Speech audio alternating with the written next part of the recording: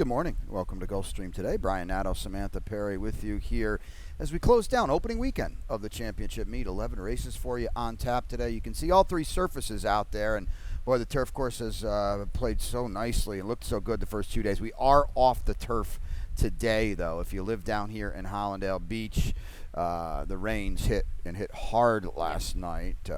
So we're going to be off the turf today, and a fast main track, and the beauty is that we've got the Tapeta as well, so we can keep everything together nicely. Yep, we can. We hardly lost anything today, which is always a good sign, getting things kicked off. Yeah, no doubt about it. Thank you to everybody who sent it in yesterday on what was a phenomenal 11-race card, the double sire stakes, and the Tapeta overnight handicap, and the mandatory Rainbow Six as well that they bet over $1 million into. Yeah, they really hammered it, and it was a big payout, and we'll show you those in the lightning round. We'll show you that a little bit later on. But the Rainbow now starts anew today, and that is going to be in race 6 again on the 11-race card. So that'll start with a fresh pool, and, of course, championship meet time and the full fields and all-star connections mean the pool will rise very, very quickly. It's a great day to get involved. We got the early pick 5, but also we have the tropical turf pick 3. It's going to kick off in race number 1. Now, we're not on the turf today, unfortunately, but it's still a very player-friendly wager that will still be active today. $3 and a 15% takeout. Yeah, I put a ticket together, and this is just a suggested play here. And this opener, just 10 and 12 for me. I originally had Marceau on the turf. We'll show the replay, but I also have the 12 Crystal Quest. Mike Trombetta came back with the winner yesterday. I don't like the post position, but with the 14 drawing in, I think maybe that'll be all right. Race number 7, that's a mile and 70 yards on the Tapeta track. I went with Confer. Paco Lopez had himself a day yesterday, and I like this horse. And the rider switch on to Paco Lopez. And in the finale, this is a tricky race, but I do have, pardon me, that's race 10. Sorry, guys. Race number 10, the 7 on top. That is Opening Buzz for Riley Mott. Also Paco Lopez. This horse has won stakes races on the Tapeta, so. Yeah, it's very good form on the Tapeta. It's probably good surface switch for him. Look at that, the update already. Thank you, boys. Thank you, upstairs. guys. Appreciate Awesome. that. And we are, again, off the turf in the opener here, and it's going to go to a mile and 70. So the post positions out wide are not as bad as a mile on the turf, because that can be a little bit dicey. It kicks off the early pick 5 as well. We'll take a look at my ticket here. I kind of sort of reworked it a little bit. I certainly had the 10 and the 12. I added a couple more as well in this early pick 5. So it's a $45 ticket, and you can see the double singles in there, and then another spread. Race 4 is my long shot as well, and that is the 7, Perfectly Imperfect, for Jack Sisterson, who upset the stakes yesterday, and we'll talk a little bit about that later on. And then in race number 5, I got the long shot best bet double going, because Garuvan, for Robbie Falcone coming down from New York, looks to be in a pretty good spot to me. Best bet of the day, $45. So let's get into the opener now. And as Samantha said, we'll go a mile and 70 here on the Tapeta off the turf today. It's a $50,000 maiden optional claimer here for the 2-year-old. So we scratched the 1, Will of a Warrior. The 6, Swiss Slang, is out as well. And the 13, Kinsman Redeemer, is out. The 14 does draw in, so take note of that. We got to get you a jockey on that. When we came on the air, we didn't have a jockey. We'll get it updated. Okay, thank you very much, guys. Boys upstairs are sharp today. Edgar Zayas is going to ride the 14, so that's a big move there as well. We'll start it with Marceau. We had the replay. It was on turf, but listen, the turf and Tapeta, it's not a guarantee, but we like to think if they can handle turf, they're going to get over Tapeta pretty good too. Yeah, you would. This was at Belmont at Aqueduct on the grass there. This horse's second start, and we're going to show you the stretch, and then the gallop out is what's important. So Barkley Tag, he's very patient with this horses. This horse, I think, has needed a little bit more race fitness. He still didn't look 100% to me here. You see he's showing some interest once he tipped out from the 2, and it's going to get really tight for him here at the wire. You see just those pink silks, the 4, just kind of grabbing right at the wire. But watch this, because look at him gallop out. He goes through that hole and gallops out past them. I like to see that kind of move. Now, that was a mile and a 16th. Now we're at a mile and 70 yards on the Tapeta. But Paco Lopez being aboard, he can get him in this race early, and we watch it all the time with Paco, and he had a day yesterday. He knows when to punch it, and I think this horse might be tightened this time. Yeah, you saw Paco at his best yesterday, and I think he flexed some muscles yesterday, dragging a few horses home that maybe didn't. Yeah. I don't want to say they didn't want to win, but they were tired in the lane, and Paco carried him home, and he's one of the best at that. And this is a drop for Marceau. I know this is a maiden optional claimer, but he gets to play with some Florida breds in here as well. Now, one of those is Crystal Quest, a live oak homebred for Mike Trombetta. It was great to see Mike here in person yesterday and picking up a W. And Trombo's got a nice little homebred here. It's going to debut. Yeah, and he trained the half American Giant, who was he was a stake winner at Gulfstream Park West on the turf course at one point. So has that Fair Hills Tapeta experience already, and that helps, and he leaves him in this spot. Trombetta is sneaky. I know his first-time starters don't really reflect that, but his ROI is just whew. Yeah, and the other thing, too, is this horse is a Florida bred, so not in for a tag, so you don't have to worry about that kind of thing as well. It's not like they want to lose this horse. And Uncle Mo here out of a Giants Causeway mare, and as Samantha said, there's some pedigree power here as well. Early pick 4 kicks off in race number 2. We'll go a flat 1-turn mile on a fast main track today.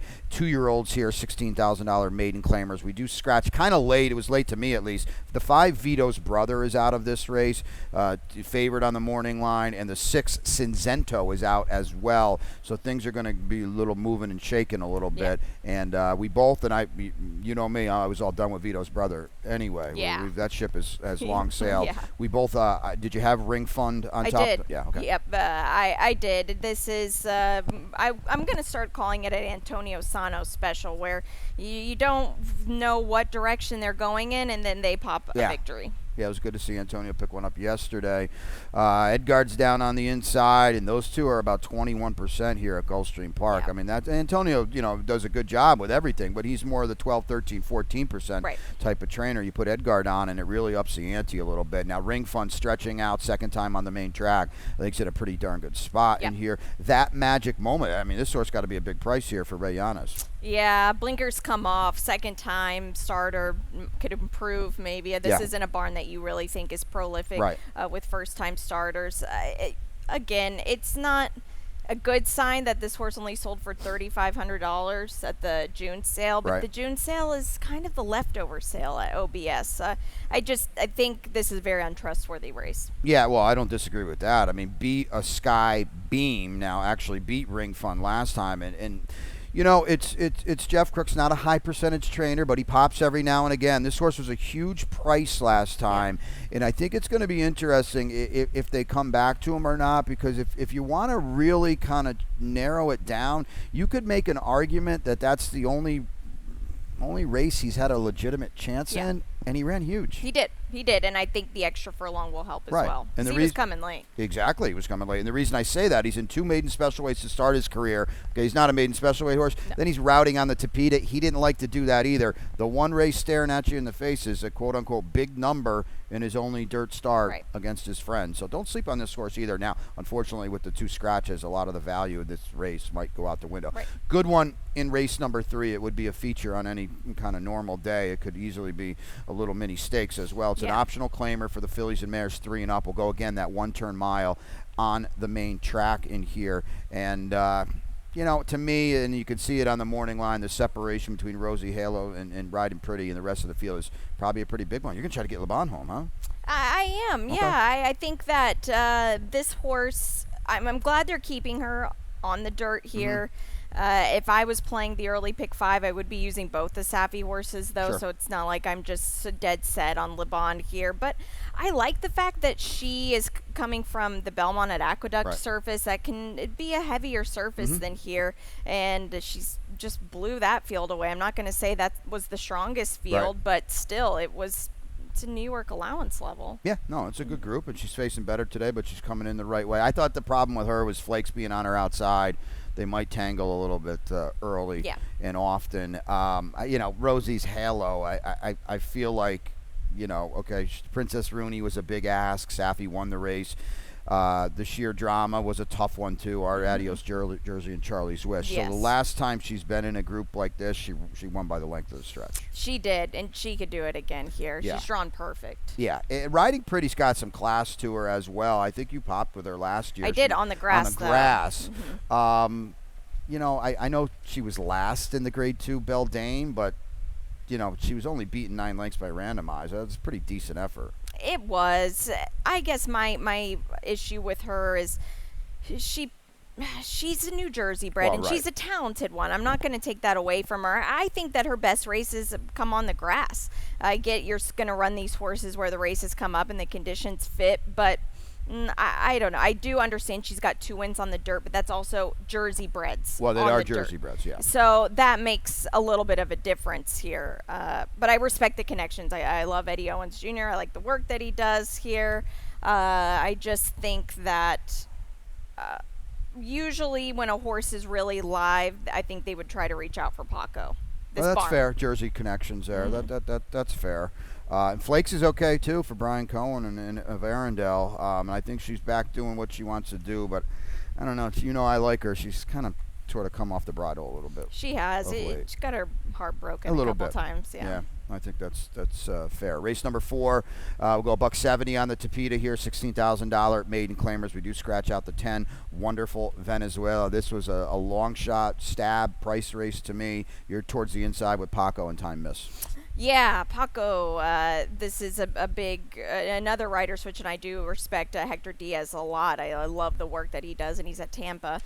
But Ron Spatz, I feel like this is a filly that might be rounding out this time around, and she ran her best race on the Tapeta. They found her surface. She's had a little bit of time since that September effort, and I think she'll come back firing. Yeah, I would assume Paco puts her on the lead too. I mean, at least on paper, there's not an abundance of early speed. I'm hoping my horse, my long shot, Perfectly Imperfect, will be a little closer on the stretch out. I thought she ran pretty well last time. Jack Sisterson does a good job on the Tapeta. Won the stakes yesterday. We'll talk about that. And you know, this horse got to the Tapeta last time and seemingly woke up. Was only beaten a length and 3/4. Yeah, she was. She actually ran a deceivingly good race. I think so. She's a one-eyed filly. Okay. She's only got one eye. All right. Yeah, Perfectly Imperfect. The 8 Spanish Girl makes sense for Jorge Delgado, and Jose Ortiz is here as well. So you know they're going to bet her. The West Point Firster, Lady Bonar, is in here as well. I don't know. She's a Munnings that they paid $37 for. You got a stat, right? I do, yes. How do you say the name again? Yep. Yeah, Christophe Clement, actually, this was a stat that kind of impressed me some. They're going to run a horse where they can win here, and if they think she's this level, that's fine. This is maiden claiming first-time starters. That's a good stat. Yeah, but 20%, so 10 for 51. This is in the last 5 years.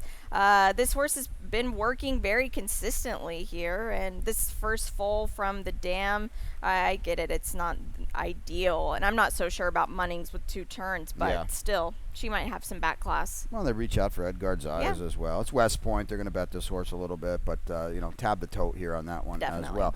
One more before we take a break for the Rainbow. Race number 5. It's an optional claimer for the Florida breds here. 3-year-olds and up will go 7 on a fast main track today.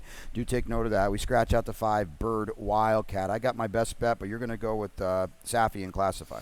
I am. This is the recency edge here. Just light bulb came on last time, a runaway winner, and I actually tried to beat this horse. I think you did too with Top from Maverick. We didn't like this horse. Yeah, we didn't, but I like the works that he's come back to do, and I think he's kind of put it all together in that 7 furlong distance, just hit him right between the eyes. Yeah, maybe they're going to bet this horse below. Well, the scratch now, so maybe you get 5-1 on this horse. He's meeting much tougher today, and that race is not scaring anybody in here, and that's why I put him at 8. Maybe he does get bet. It's C2. They bet him. My best bet of the day is in here. Garuvan is in here. I think he gets the pace, and this is a pretty seismic drop to me. It is. Starter 50s in New York, obviously open company, and Robbie Falcone reads the condition book pretty well. He's a high percentage trainer, and he's going to pop in here. Yeah, and that was a big field of 11 last time. So he did it very impressively. Yeah, and I think the other thing I like too is he got run off a little bit last time because they were going 6. Well, today we're going 7, and he's got the tactical speed. I like the other Safi better. You've got him in the mix too. Beastly Speed, I thought, was the better of the two, and boy, he ran really well, and he ran pretty fast on debut too. Yeah, he did. It was a strong effort, and he used Gelded Sun when he debuted. I like that a lot too. I wonder what he ran behind though. Yeah. But still, if you're going to use one Safi, I would use them both. My note in parentheses was galloped home, parentheses, over absolutely nothing. So, yeah, I think that field remains to be seen. Questionable, I think, is a good way to put it. But he does have a lot of upside. He drew well, too. So I like that as well. Okay, 5 down, 6 to go here on Gulfstream today. And so when we come back, that Rainbow 6 in race number 6, and we start that pool anew today after the big day yesterday. Stay tuned. And they're off.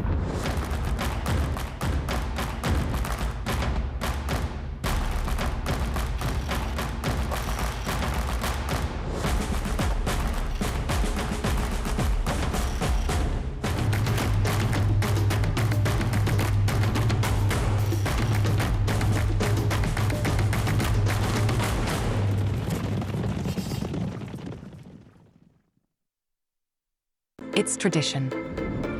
Every year, the stars gather for a spectacle.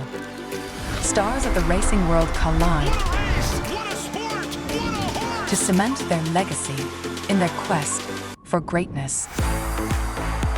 Bear witness as we raise the stakes and shatter the status quo.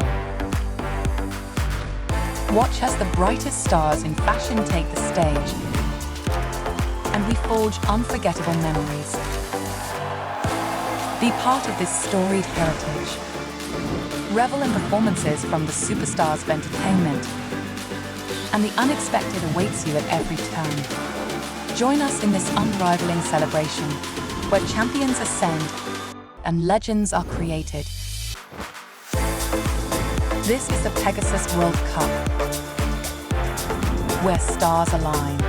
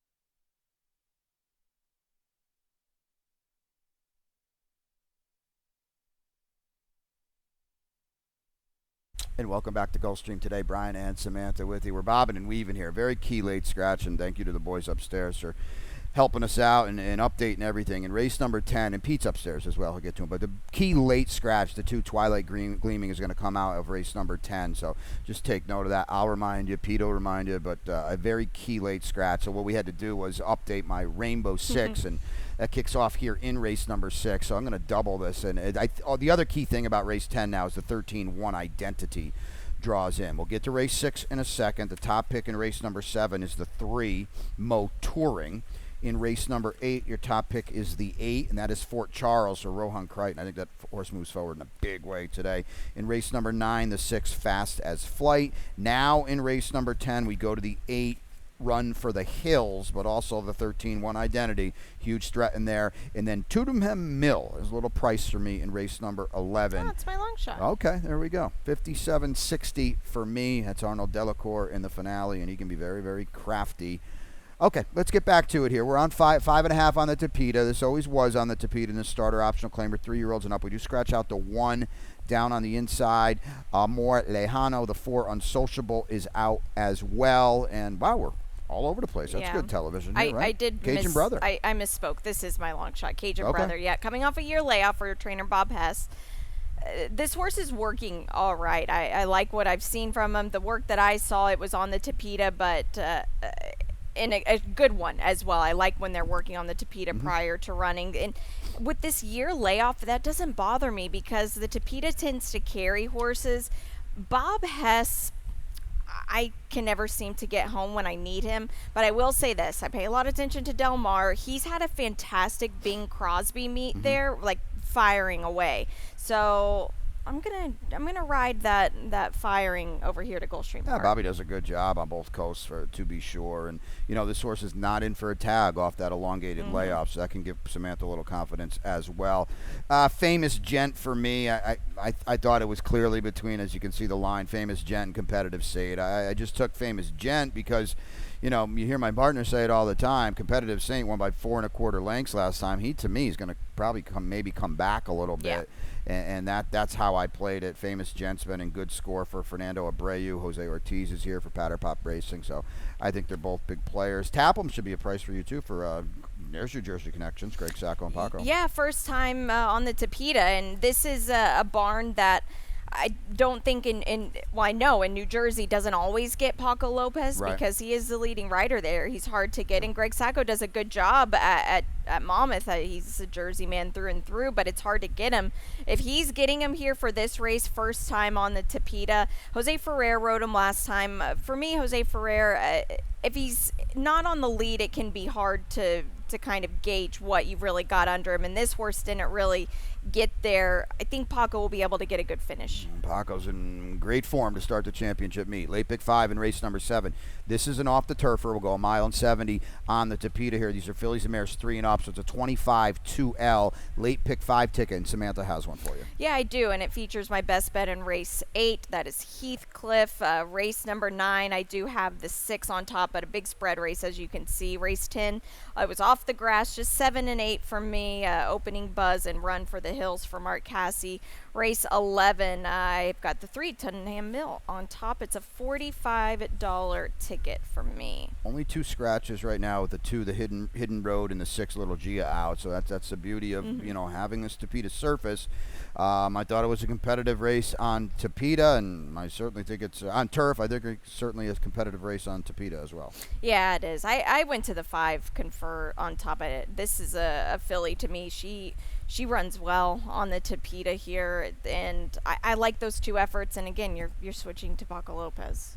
And Paco better buy you dinner tonight. You're trying to get him home about seven times. I today. know, yeah. We're wow. only through 7 races. Mo Touring for me. I thought this horse was in a good spot on turf, but the Tapeta might even flatter this horse a little bit down from Woodbine.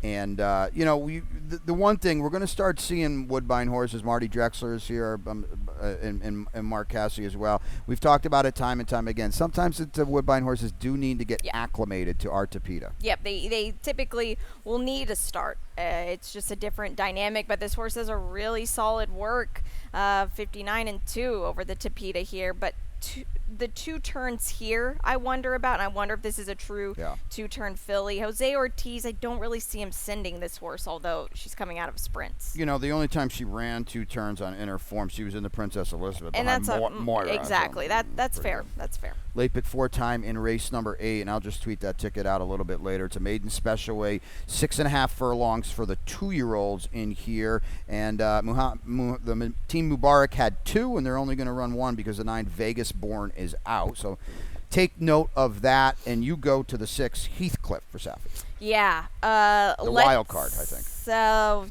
this horse I'm going to hammer at the windows here, okay? Heathcliff. I don't see anybody beating him. I'll show the work here. I was excited. I'm excited to watch this horse today. Why this horse debuted on the grass, I have no idea. This horse is through and through. He's on the inside here, a dirt horse. Look at him reach. The rail at Palm Meadows down the lane sometimes can be dead as a doornail, and this horse just kept on going. He galloped out incredible. just cross out the turf race because he's not a turf horse, and now he's first time in the barn of Safi Joseph here. I think this horse is going to run away. Hasn't been out since May. It's a homebred for John Ford, so we'll see what we get today. They're going to bet him. There's no doubt about that. I like Fort Charles quite a bit. I thought he had just a awful trip on debut. They bet him that day. Roar Ready was actually my best bet of the day. He won off by the length of the stretch. Yep. I love the post here today. He goes from inside to outside, and I just expect a lot better. I love that Rohan Crichton's going to run him in an open maiden, too. I mean, he wasn't against Florida Breds last time, and certainly mutual interest on the 3 Valued Cajun. A different kind of Mike Yates horse coming from out of it on debut. Yeah, we'll just show a little bit of Yep. the replay here because I think it's important to see how much ground this horse picked up. He was nowhere down the stretch, thank you guys, and he took a lot of dirt. You can see him just covered here. This is a colt that I think is going to like a little, first a race under his belt and then stretching out to that half furlong, an extra half furlong. It makes a big difference. You don't even see him until right now, but look at him. He's just charging through here in a big way, and he galloped out nicely. Flying through the lane there. Late pick 3 in race number 9. It is a good one as well. It's the sister race to the $100,000 overnight we ran yesterday, and this is the Orange Blossom, a really strong field in here. We both land on the 6, Fast as Flight, who I think bringing some class down from Kentucky for Brian Lynch. Yeah, and Brian Lynch popped with Skyro yesterday in in this race, the males version.